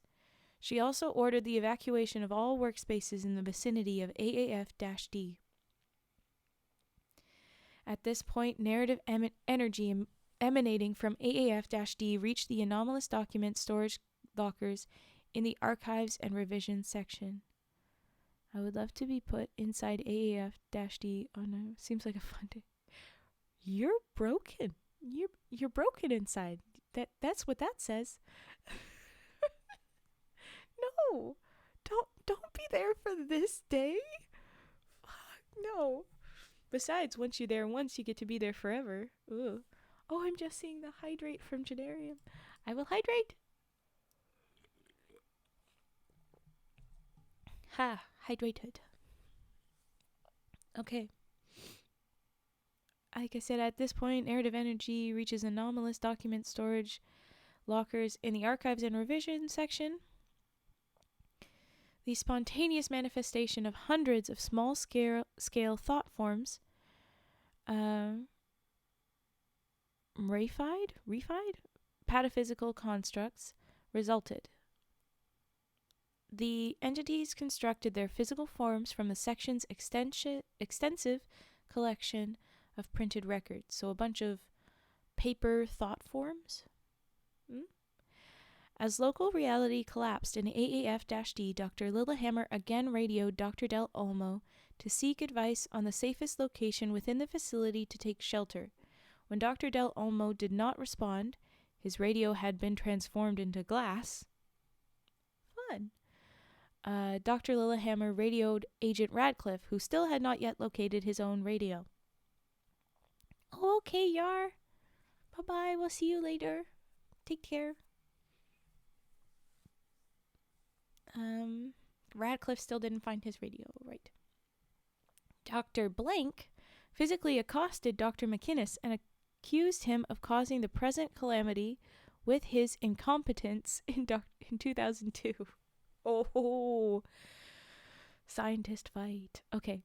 Dr. McInnes appeared incapable of response. Former Chief Nasimbeni was attempting to interpose himself between them when a rapid superstructural change filled the space he was occupying, with a load-bearing member pulverizing his internal organs and killing him instantly. What do they mean by load-bearing member?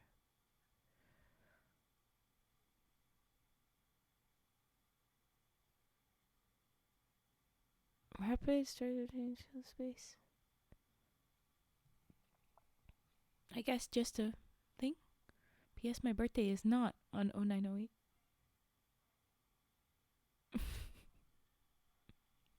You're just being a little shit, nuriakea. A structural beam of the building. Yes, I was like, because they say superstructural, I'm like, what do they mean? But they just meant something. What gets me is that they said member. When they say member, I didn't think beam. My brain went elsewhere, so I'm like, did another person take his place and kill him? Or like, what? But no, it was not a person. Okay. Chief Mukami sealed the archives and revisions section. She then received reports that all security and containment staff in the containment wings above Applied Occultism and all Applied Occultism staff had been showered in orphic outflow by a critical backwash from the overloaded AAF-D facilities and converted into liqueform entities. Ooh. These entities were presently engaged in breaching containment for all surviving Euclid and Keter-class anomalies.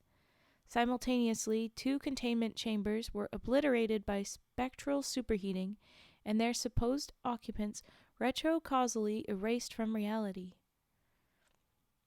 I'm just thinking about all these poor SCPs that also died in this, but then maybe some of them managed to pull things off? I don't know. Who all was stored here? Who all was stored at 43? Anyway. Chief Mukami activated the bulkhead seals for these 2 sections as well. Containment specialist Dr. Demarque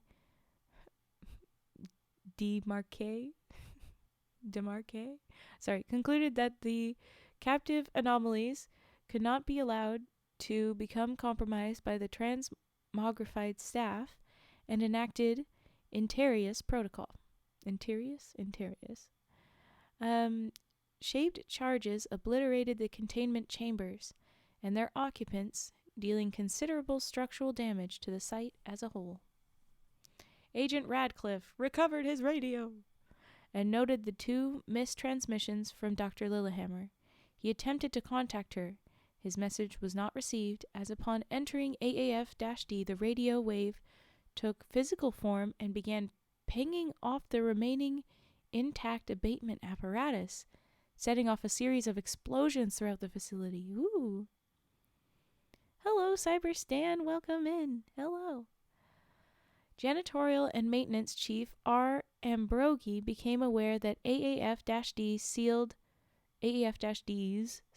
intersectional subway station had become unsealed, and the subway was filling with a miasma bread brain again, of recondite material. He shut down the system and engaged the vacuum flush mechanism. The recondite material was forced down the line to the venting mechanism at facility AAF-A on the Lake Huron coast. Wait, this is at Lake Huron? This was all kind of close. Oh no. Oh wow. Okay. The vents immediately solidified into a mass of human bone. How are you today? Doing pretty good. Most anomalies contained in Site 43 are human safety humanoids. Ugh. That sucks.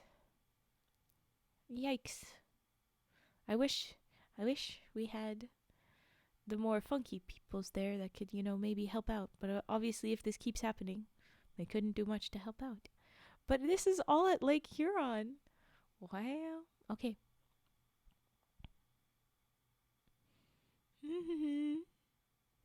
Everything turned, the vents solidified into bone. Yes.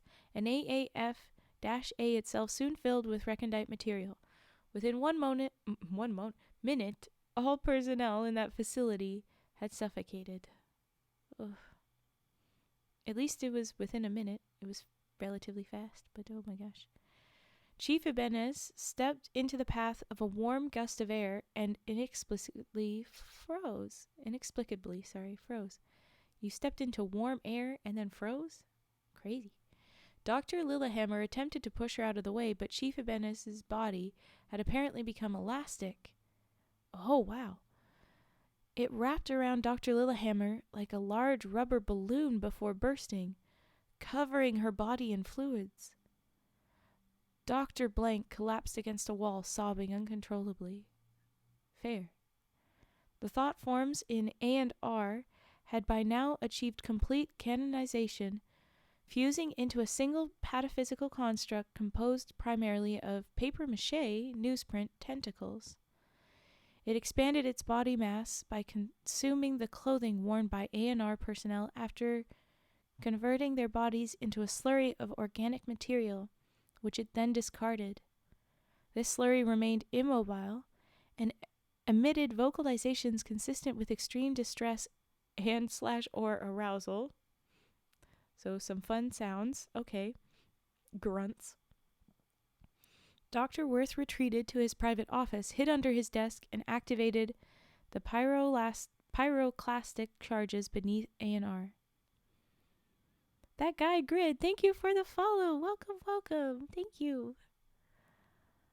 The paper-based thought forms were immediately incinerated.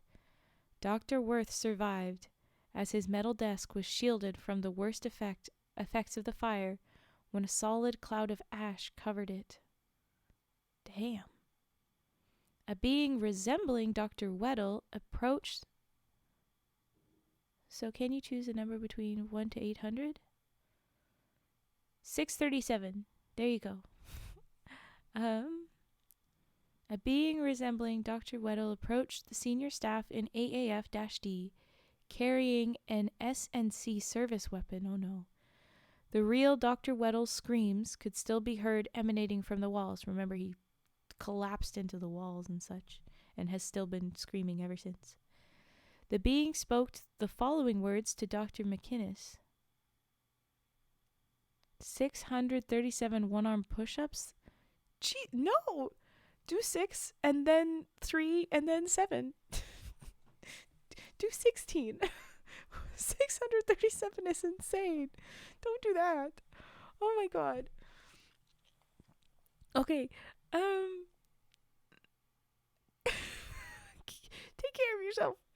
Nuriakea said only 43. Go with Nuriakea. Okay. What was this? The weird being. 1.2k. You should probably work out the other arm then. Because it's one arm. You should swap arms. You're probably fine. You probably know what you're doing. If you actually do that much, that's insane. But okay. How many push-ups can he do? All of them. Really though? Seems like. Okay, I was saying that the weird fake Dr. Weddle, that guy, that being, is speaking to Dr. McInnes, so here you go. You did the best you could. It wasn't your fault, and nobody blames you. We'll fix this together. Dr. McInnes did not respond. Right, because he wasn't able to talk. The being then pointed the weapon at Dr. McInnes and pulled the trigger. Oh my gosh. We'll do this together. No. Oh my god. Dr. McInnes' corpse fell to the ground, then disappeared along with the apparition of Dr. Weddle. Wow. Dr. Lillehammer and Dr. Blank resumed their flight through AAF-D. Wait. I thought Dr. Lillehammer... Okay, she just had her body covered in bodily fluids because the other person exploded. But, Dr. Blank, I guess, has stopped crying uncontrollably. Collected himself. Oh, funny fact, the way Paradox McInnes died is the same way he was killed in 7243. Intentional. Don't read it. Extremely long. Oh no. Russian I have a problem. You have a arm strength problem? Okay. The folks are getting back to their run. Agent Radcliffe received Dr. Lillehammer's latest plea for help and successfully responded. Yay! Finally has his radio. What was he doing in all the time where he didn't have a radio? Is he standing outside? Is he nearby? He's just patting his pockets a bunch. What is he doing? Okay. I'm just imagining the juxtaposition of him just slowly oh, where did I put that? I know he was doing more, but it just feels like that. Okay. Anyway, he advised her and Dr. Blank to take cover in the AAF-D concentration cell.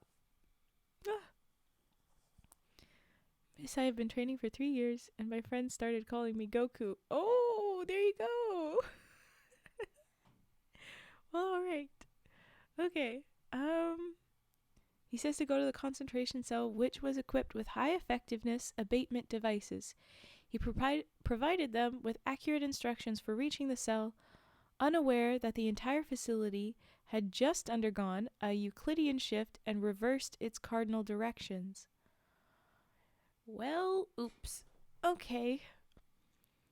The Pursuit and Suppression Section was dispatched to AAF-A to inspect the compromised facility. AAF-A was found to be empty. 1 kilometer away at Ipperwash Beach, MTF's Alpha, Beta, and Delta 43 encountered the former staff of AAF-A, now entirely spectral in nature, engaged in the wholesale massacre of a polar bear swim event. Oh no! No such event had ever been held in the vicinity of Site 43. The victims were retroactively identified as having been killed in precisely this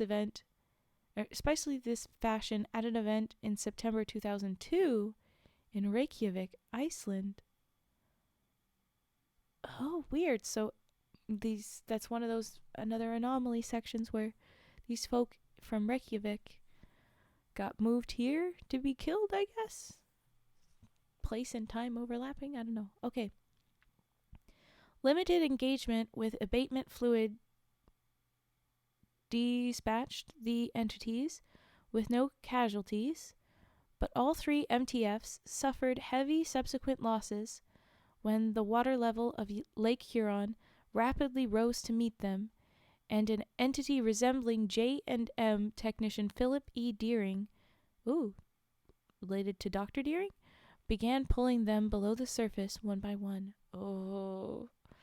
AAF-D was filled with an almost impenetrable red glare and multiple shifting visual dimensions. Dr. Blank lost his balance and attempted to steady himself on a paraspectral grounding conduit. His arm instead passed through, and he was immediately converted to a large selenium lycopersium, a tomato. He turned into a tomato. Specimen. specimen, which fell to the ground, bounced into Dr. Lillehammer's path, and was crushed beneath her shoe. Dr. Lillehammer stopped running, looked down at Dr. Blank's remains, and was still examining them when all remaining pipes and conduits burst simultaneously, obscuring her from camera view. She was subsequently found in the same position after the event subsided, transformed at the atomic level into a mannequin constructed from plywood and oil-based paint. Wow, okay. And then, this is the photo of remains of Dr. Harold Blank, complete. Last paragraph. S&C discovered that the sealed bulkheads separating archives and revision and applied occultism were buckling. Although the security cameras were no longer transmitting visual data, audio tracks consistent with A, the percussion of meat and bone, and B, the steady pumping of liquid were received. Theorizing that the transmogrified personnel might still be conceptually human, Dr. Del Olmo broadcast wide-spectrum stun memetics to both sections. That's kind. Okay, so you did that to try and... Oh, wow. After 3 minutes, the audio ceased. The bulkheads were sheared open, and S&C personnel armed with abatement fluid hoses and flamethrowers neutralized all remaining personnel within the affected areas, save for Dr. Worth. And that was going to be our end of the reading. But wow, someone will call the ambulance after that project. Not gonna lie. New project, one handstand push-ups. Hell yeah. One hand push-ups. That one handstand. Oh, my brain wasn't reading this. My brain. Yes. Wow. Okay. Maybe start with small numbers so that you don't need ambulance. Mayhaps, please? Don't go doing the nonsense for the nonsense. Just look after yourself, please. But okay.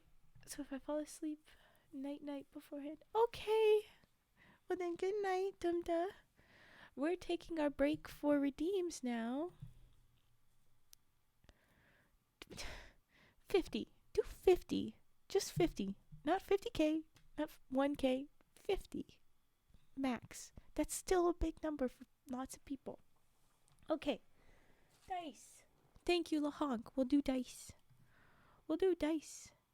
You might like SCP-1000. I might like. I will write it down as a recommendation. Okay. Night. Good night, Dumda. I'm going to run an ad, so here we go. Ad time before our redeems. And for those of you not bothered with ads, we're going to do dice and then chain, so I'm going to prep that. I'm going to move the now reading to trigger. I'm going to type out dice.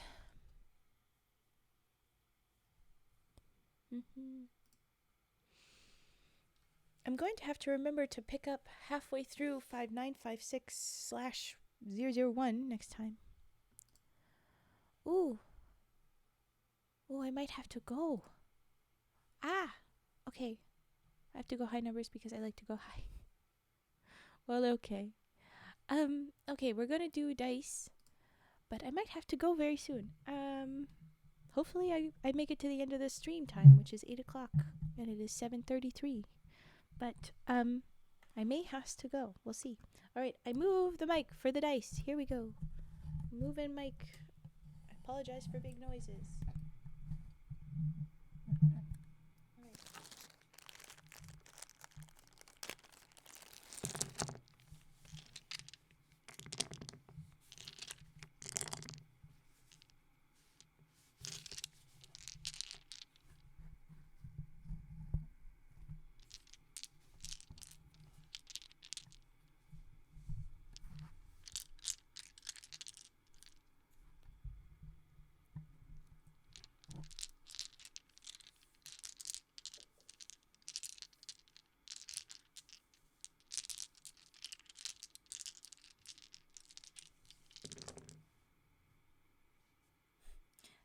rolled a nat 1.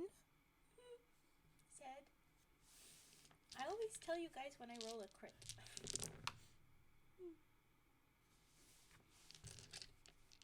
Hi, Brian. Oh, bye, Cyber. Please be safe with your stuffs. Look after you. Don't push it. Okay. Hello. Haha, you rolled a 3. Almost as bad as me. LaHonk got a 20. Wow. Okay.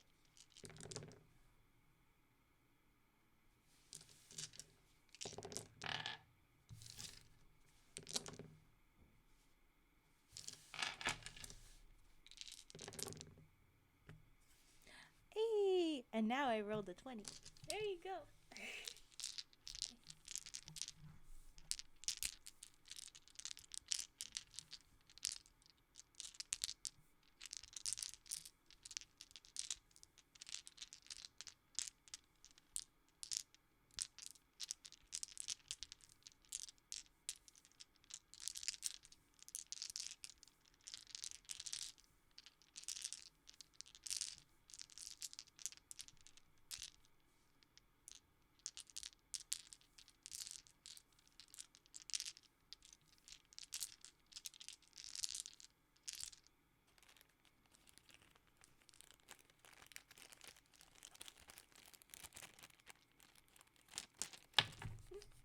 Oh, it didn't fall. Yay.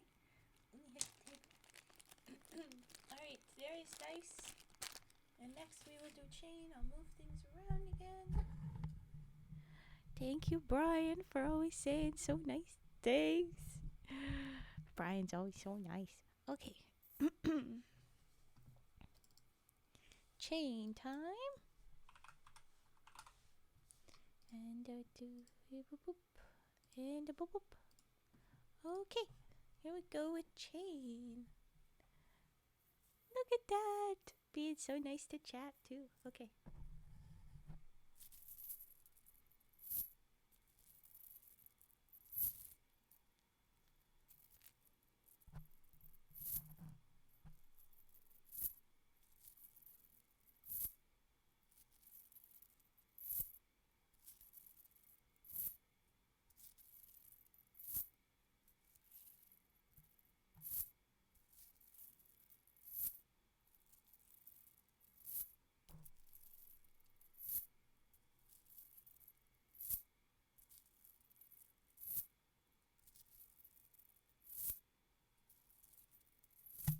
Oh, sorry.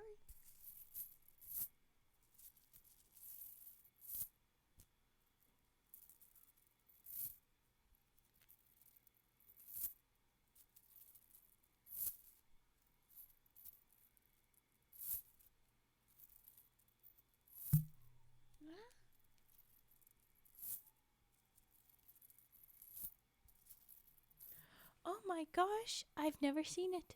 Brian, you got 3 bad numbers. Oh my gosh. How dare. I'm so sorry. The bot has betrayed you. Wow. It's very lies. But like, all today we've had like bad roll and meh riz happen. Meh to blah riz. And here you are with 3 all bad numbers. I feel like I've betrayed you. It's not me, it's the bot, but it still feels like betrayal. Really? Really, you had to come in and just rub it in our faces? Really, Devod? With 108 Riz? Just gonna... Wow. Okay. Okay. Wow. Jeez.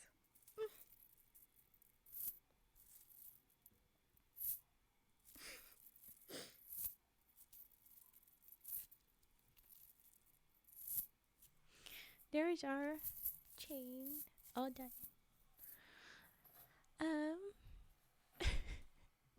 With that, let me see. How long is the next one?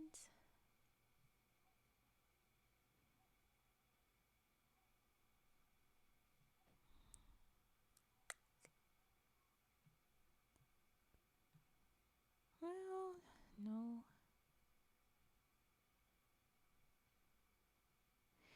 gonna pick at me for a long time if I don't try and finish this one. But it is quite long.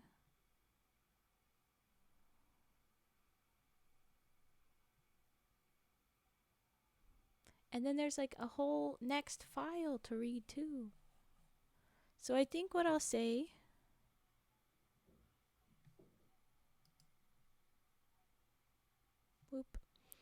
is I'll leave the second half of that one to go. And then I have Aiden's story that I could read.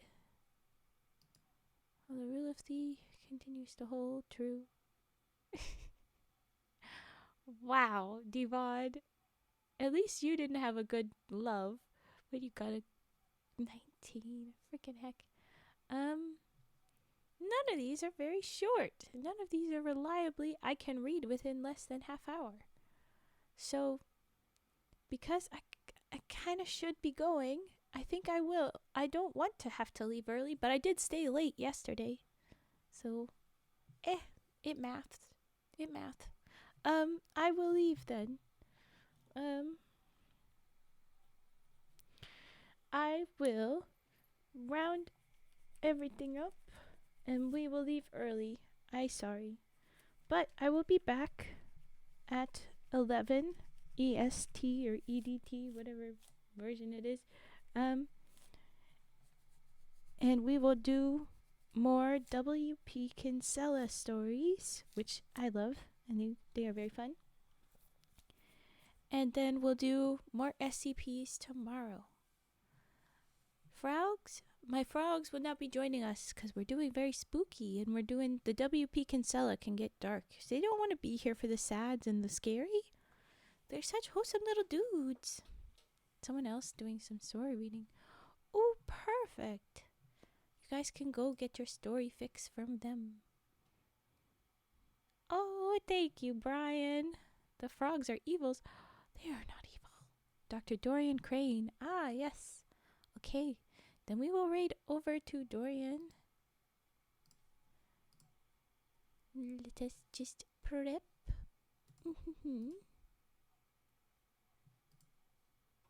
Yes, thank you for those. Ooh. Boop, boop, boop. Okay, I have messages copied. Yes, everyone have a wonderful night and take care of yourselves. Thank you for saying that, Brian, and I fully agree. Everybody look after yourselves. Dr. Dorian. Let's go check out Dorian. Pride Month ASMR bedtime story. Comfy, immersive reading. I'm here for it. Okay, we're gonna go ahead. Gonna raid in. Do do do do do do. Do do do do. Thank you everybody for being here.